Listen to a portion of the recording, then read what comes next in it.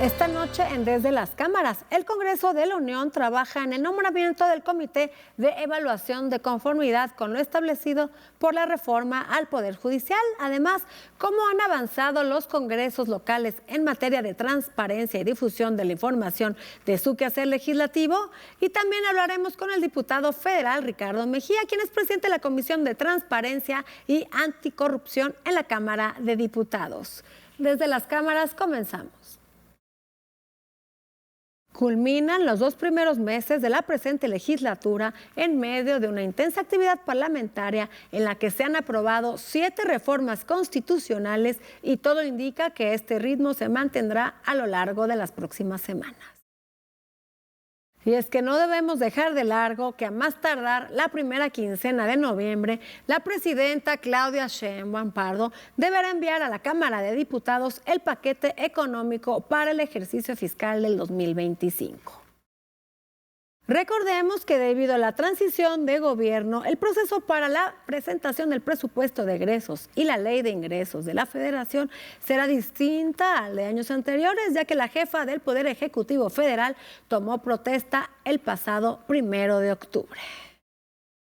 No obstante, se espera que una vez que sea presentado el paquete económico integrado por los criterios generales de política económica, la iniciativa de la ley de ingresos y el proyecto de presupuesto de egresos, su discusión y aprobación esté prevista para el mes de diciembre.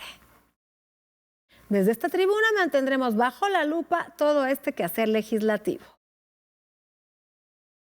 Culmina octubre con una intensa actividad legislativa en ambas cámaras, pero veamos qué fue lo más relevante que se discutió esta semana en el Congreso de la Unión. La Cámara de Diputados aprobó la hoy llamada reforma de supremacía constitucional. Morena y sus aliados aprobaron la improcedencia del juicio de amparo contra reformas constitucionales, anulando también controversias y acciones de inconstitucionalidad. La ley de amparo, entonces, prohíbe categórica y literalmente la procedencia del amparo contra reformas a la Constitución. Y lo que estamos haciendo hoy es constitucionalizando este artículo 61 de la ley de amparo. Con 340 votos a favor y 133 en contra, los legisladores avalaron en lo general la modificación de los artículos 105 y 107 de nuestra Carta Magna. Los diputados de oposición protestaron con veladoras y réplicas de lápidas, donde acusaban la muerte de la Constitución, la democracia y los organismos autónomos. Sin embargo, el dictamen se aprobó sin ninguna modificación. Hace unos momentos veíamos aquí un performance del PAN. No sé si lo hicieron por el Halloween o por el Día de Muertos. Pero la verdad es que los únicos muertos políticos aquí son ustedes y las ideas que vienen a defender. La reforma fue enviada a los congresos locales. Mientras tanto, en el Senado de la República se aprobó elevar a rango constitucional los programas sociales de bienestar, reformando los artículos 4 y 27 de la Constitución. La Cámara Alta también aprobó el acuerdo para la integración del Comité de Evaluación para la elección de jueces el próximo año. Desempeñará un papel crucial en la implementación de la reforma judicial. En otros temas legislativos, quedaron instaladas prácticamente ya todas las comisiones ordinarias de la Cámara de Diputados, entre las que destacan la Comisión de Presupuesto presidida por la diputada Marilyn Gómez Pozos y la Comisión de Hacienda que encabeza el morenista Carlos Ulloa. Se trata de 2 comisiones especialmente relevantes conforme nos acercamos al 15 de noviembre, fecha límite para la recepción del paquete económico para el ejercicio fiscal 2025. Desde las cámaras, Claudia Ivette García. El Congreso de la Unión, pero particularmente en la Cámara de Diputados, se prepara para recibir el proyecto de presupuesto para el ejercicio fiscal del año próximo. Pero ¿cuál es la ruta que seguirá todo este proceso? Bueno, estamos a unos días de no solamente las elecciones en Estados Unidos, algo que puede influir en la definición de la carátula del presupuesto económico para el 2025 aquí en México, pero también para la presentación del paquete económico que será el 15 de noviembre. Este sería el primer programa de gobierno propiamente estructurado con los recursos, ingresos y gastos de la presidenta Claudia Sheinbaum. Es interesante porque el vicecoordinador de Morena, Alfonso Ramírez Cuellar, está muy acostumbrado a ser presidente o de la Comisión de Hacienda o de la Comisión de Presupuesto. Es lógico que hable de lo que sabe y conoce muy bien. Dio a conocer que están preparando un presupuesto cercano a los 10 billones de pesos, billones. Si consideramos que en México tenemos una economía que está creciendo bastante lento, pues estamos, ¿qué te puedo decir? Hablando de un presupuesto que se absorbe más del 25% de los recursos disponibles en esta economía. Y si tú tomas en cuenta además que la presidenta y el expresidente se comprometieron a alcanzar un proceso de consolidación fiscal en este 2025 y reducir el déficit que está dejándose, que está terminando en casi 6% del Producto Interno Bruto a 3,5%, evidentemente se requiere de un ajuste al gasto. Un ajuste que no sabes por dónde y menos con esta cifra tan impresionante que dio a conocer Ramírez Cuellar, porque se requeriría que el ingreso fiscal, solamente para poder reducir ese déficit, que el ingreso fiscal subiera en cerca de 1 billón de pesos y evidentemente la presidenta también se comprometió a no subir tasas impositivas, sino a hacer mejoras fiscales o de administración fiscal. Pero si además sumamos todos los compromisos de recursos públicos que se están destinando a programas sociales, se están incrementando en cerca del 1% del PIB. Entonces, cuando haces las cuentas, Adriana, queridos amigos, parece que la cobija no alcanza a estirar lo suficiente. Hay muchos compromisos políticos, pero recordemos que de la credibilidad con la que se presente la carátula del presupuesto, incluyendo la previsión de crecimiento económico o la capacidad efectiva de contribución de Pemex o no contribución, porque ya no lo ha hecho en los últimos 2 sexenios, y también de la capacidad de incentivo al sector privado para generar mayores empleos, mayor capacidad productiva y atraer mayor inversión nacional e internacional, depende que efectivamente ese presupuesto funcione. No necesariamente de hacer pensar que puede funcionar. Yo pongo este tema bajo la lupa desde las cámaras. Vamos con la entrevista que nos preparó nuestro compañero Víctor Sánchez Baños. Una gran controversia se ha desatado alrededor de la reforma judicial. Pero al final de cuentas, ¿qué es lo que va a pasar? ¿Ganará el Poder Legislativo? ¿Ganará el Poder Judicial? Pero ¿quiénes ganarán y quiénes perderán? De esto vamos a platicar con el senador Alejandro Murat de Morena. Lo primero hay que decirle a la gente que esto fue parte de la plataforma política de la elección, que es en el marco en donde se debate, se reflexiona, se generan argumentos. Y déjame darte 3. En el marco de lo que a veces se habla en el derecho. En el derecho se habla del deber ser y del ser. Y nosotros salimos a decirle eso a la gente en la elección. Le dijimos, oye, en el deber ser hay que tener Estado de Derecho. En el ser tenemos 90% de impunidad en el país. En el deber ser debemos de tener servicio público de carrera. En el ser tenemos más del 50% en nepotismo en el Poder Judicial. En el deber ser tienes el Consejo de la Judicatura que tiene que evaluar y en su caso sancionar a aquellos miembros del Poder Judicial que no hagan bien la tarea. Fíjate, en 5 años el Consejo de la Judicatura se gastó más de 50, 60 mil millones de pesos. ¿Y qué crees que pasó en el SER? Sancionó a 5 jueces. ¿Qué quiere decir? Que en el deber ser, que es donde todo el mundo está debatiendo de este lado, dicen todo está bien, pero en el SER la gente sabe que está mal. Entonces la gente votó con casi 36 millones de votos a favor de una reforma al Poder Judicial. Y eso es lo que hoy estamos defendiendo aquí en el Senado, en la Cámara de Diputados. Y fíjate, el artículo, porque esto es importante para que la gente sepa cuál es el fundamento, el artículo 39 de la Constitución dice que en todo momento el pueblo puede cambiar su forma de gobierno. Y en el 40 dice que somos una república democrática, es decir, se elige con el voto. Y con ese voto logramos mayoría absoluta.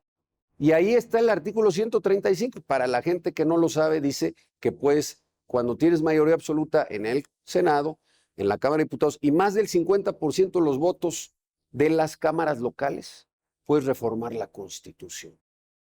Y eso es lo que se hizo. ¿Para qué? Para poder tener un sistema, un Estado de Derecho que ataque la impunidad. Porque ahí es donde estamos perdiendo la batalla en todos los ramos, especialmente la delincuencia organizada. No hay sentencias firmes. Pero fíjate, en este momento, y ahora entro a la pregunta que me hiciste, ¿cómo hemos respondido nosotros? Con democracia. Porque todas las reformas que se han hecho han sido en el marco de los instrumentos que nos dan hoy las normas del Estado jurídico mexicano.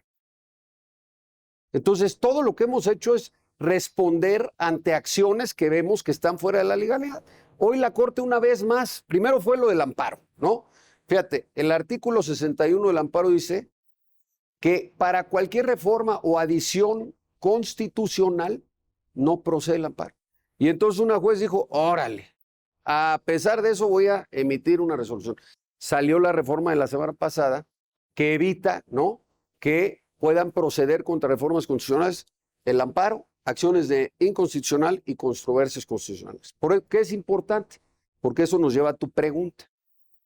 La semana que entra dicen que el 5 de noviembre va a sesionar la Suprema Corte de Justicia. Y ahí hay un proyecto que dice que es una parte constitucional, el voto de los ministros, y una parte inconstitucional, la voto de magistrados y jueces. La Corte, a raíz de la reforma que acabamos de hacer, ¿no?, debe de sobreseer. Ese sería el escenario que nosotros prevemos, porque ya se pasó esta reforma constitucional que hace que no puedan operar las acciones de inconstitucionalidad, las controversias constitucionales y los amparos contra reforma constitucional. Pero si a pesar de eso la Corte emite una resolución, habrá que valorar qué escenarios se tienen dentro de la legalidad, porque eso es lo más importante, como hemos respondido siempre, para poder mantener, ¿no?, este Estado al final de derecho.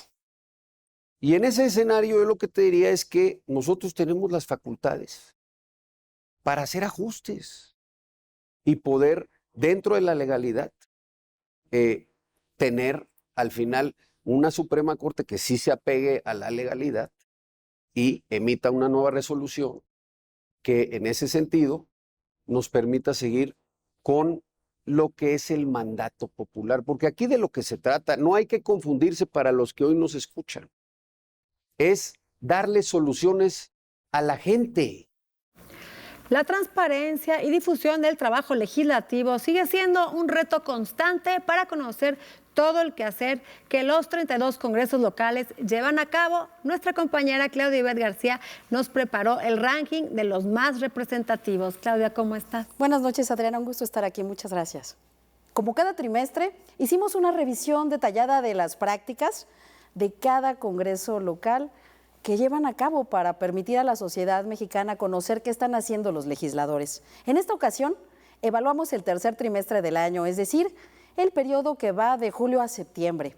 Vamos al ranking de los mejor calificados. Se trata de los congresos que sí cumplen con prácticas de transparencia y rendición de cuentas. Transmiten en vivo sus actividades legislativas y dan a conocer toda la información de sus legisladores. Los mejor calificados son los congresos de Jalisco, Chihuahua. El tercer lugar se encuentra el Congreso de Baja California Sur y en esta ocasión hay un empate en el primer lugar. Con calificación perfecta de 100 puntos se encuentran los congresos de Guanajuato y Baja California. Y ahora vamos a la lista de los congresos peor calificados. Se trata de aquellos que no permiten a la sociedad saber qué están haciendo sus legisladores. No transmiten las sesiones ni publican documentos básicos y atienden con lentitud cualquier solicitud de información. En esta lista de los peor calificados tenemos a los congresos de Sonora, Aguascalientes, Colima. Y en el final de la lista, con un empate, se encuentran los congresos de Hidalgo y Tabasco. Si comparamos estos resultados con el trimestre anterior, en general hubo un aumento del índice de transparencia legislativa en todos los congresos locales. Recordemos que veníamos de un periodo de receso legislativo y lamentablemente En muchos casos, esto es sinónimo de opacidad.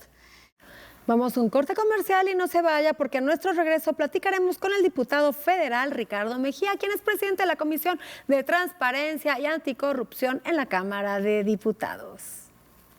Necesitamos digitalizar más el gobierno, mejorar las herramientas tecnológicas, el soporte tecnológico, porque también en la medida que tengas un gobierno más digitalizado, con servicios en línea, esto elimina también la corrupción, porque cuando hay mucha intermediación, muchos trámites, muchas ventanillas, se vuelven luego trabas para el ciudadano y también instrumentos de corrupción.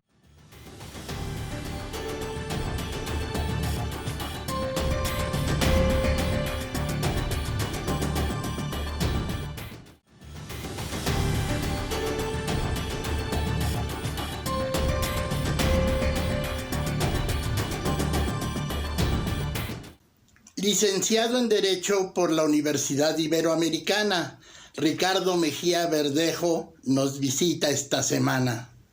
En la Cámara de Diputados preside la comisión que vigila la transparencia, también la anticorrupción. Y como tema principal nos dirá los avances y trabajos a la reforma del Poder Judicial. Ya tenemos vía Zoom al diputado federal Ricardo Mejía, quien es presidente de la Comisión de Transparencia y Anticorrupción en la Cámara de Diputados. ¿Qué tal, diputado? Buenas noches. Buenas noches, Adriana. Un gusto saludarte a ti y al auditorio de ADN 40. Siempre es muy grato acompañarles.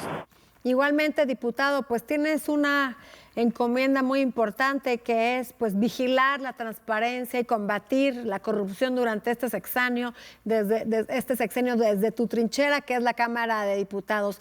Platícanos cuáles son los temas o las acciones que se van a tomar desde tu comisión que presides. Muchas gracias. Pues como tú lo dices, el tema de la lucha anticorrupción, mejorar la transparencia, la protección de datos personales, mejorar los procedimientos administrativos para que hayan buenos gobiernos, sin duda son retos muy importantes. Y desde la Cámara de Diputados lo que buscaremos es actualizar todo el marco jurídico, estar muy en consonancia y trabajando de la mano con la nueva Secretaría Anticorrupción del gobierno de la doctora Claudia Sheinbaum. Y por otro lado también que esta comisión se constituye en un vínculo con la ciudadanía, que nos puedan hacer llegar con toda la confianza denuncias, señalamientos o aspectos que consideren son relevantes en estos temas y que incumben a autoridades federales, estatales o municipales. Diputado, en estos momentos estos meses en la Cámara de Diputados se está aprobando el paquete presupuestal, la ley de ingresos y la ley de egresos. ¿Qué es lo que ustedes como Comisión de Transparencia y Combate a la Corrupción van a revisar desde tu comisión? Como tú lo sabes, es ampliamente probable que todo lo que ha visto ahora el INAI, el Instituto de Acceso a la Información, pase ahora a la Secretaría Anticorrupción en esta propuesta de reforma constitucional, por virtud de la cual se eliminarían los órganos autónomos, entre comillas. Entonces, esto va a pasar al Ejecutivo y ahí pues tenemos que estar muy claros en que la nueva Secretaría pues, cuente con estos instrumentos para poder ser eficaz en el combate a la corrupción y en el acceso a la información. Un trabajo muy importante tendrás desde tu comisión, ya que, vas a tener que vigilar el cumplimiento de esta nueva reforma al Poder Judicial que ha sido tan controversial. Bueno, la reforma judicial incumbe también a otras comisiones, como es la Comisión de Justicia, de la que también soy miembro.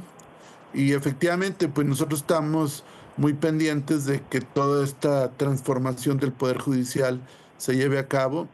Como tú lo sabes, Adriana, no ha sido un proceso fácil porque pues ha habido resistencias de los actuales integrantes de los principales cargos del Poder Judicial, que ha de algún modo generado información controvertida que está afectando la marcha de esta reforma, pero tenemos claro que la reforma va, que finalmente es un mandato constitucional, que ya el Tribunal Electoral, que haya las elecciones, y pues estar muy pendientes para que esto se dé de la mejor manera.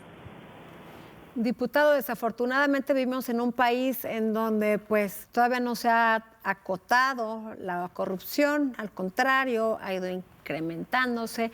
¿Vas a trabajar en conjunto con la Comisión de Vigilancia de la Cámara de Diputados para que se pueda, pues ahora sí que vigilar y eliminar estos actos ilícitos de corrupción que muchas veces se cometen desde los gobiernos, los estados, etcétera?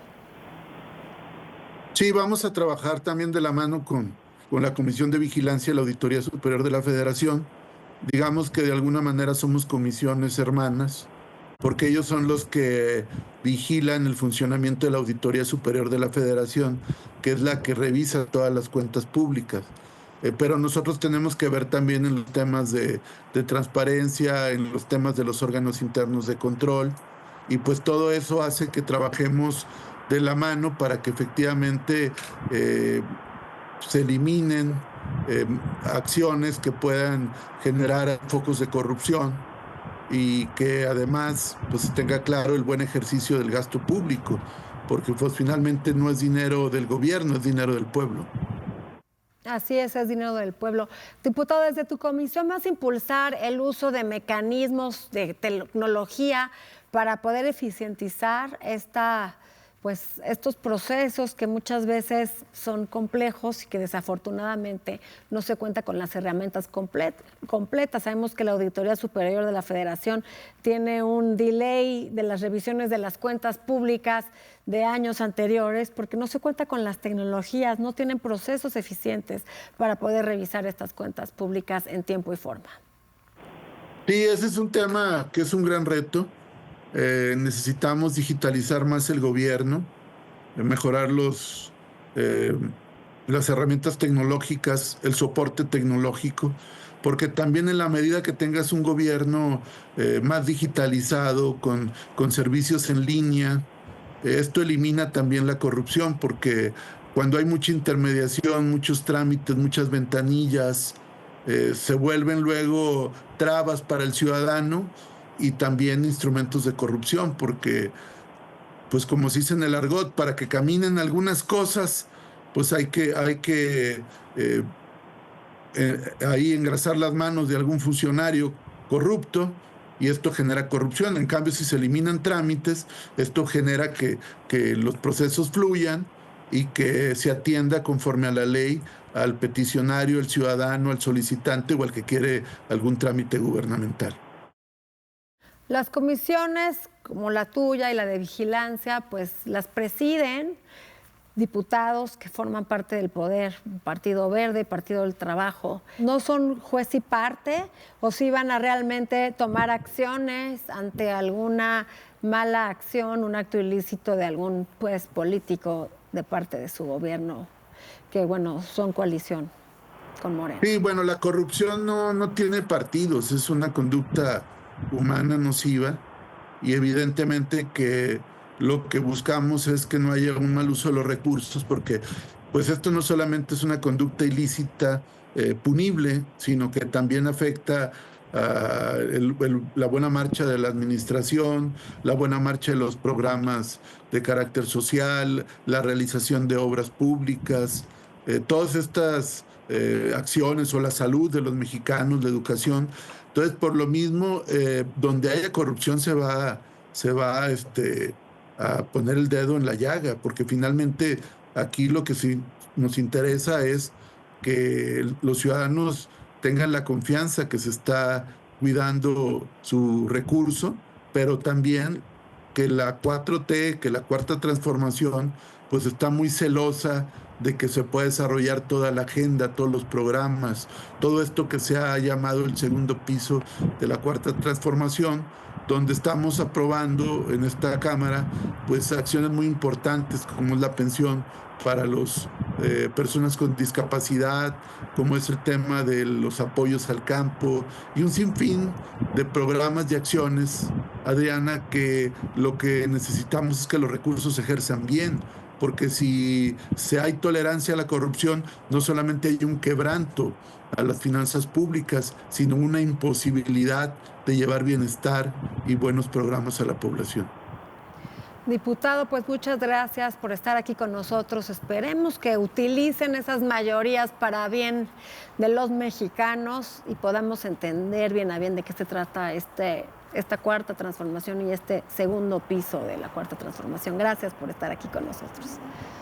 Muchas gracias, Adriana. Gracias a ustedes por permitirnos compartir estas reflexiones con un amplio auditorio, y me pongo a la orden para seguir dialogando. Que tengan muy buenas noches. Se nos acabó el tiempo, pero no dejen de vernos próximo jueves en el único programa de la televisión que pone bajo la lupa el quehacer legislativo. Buenas noches.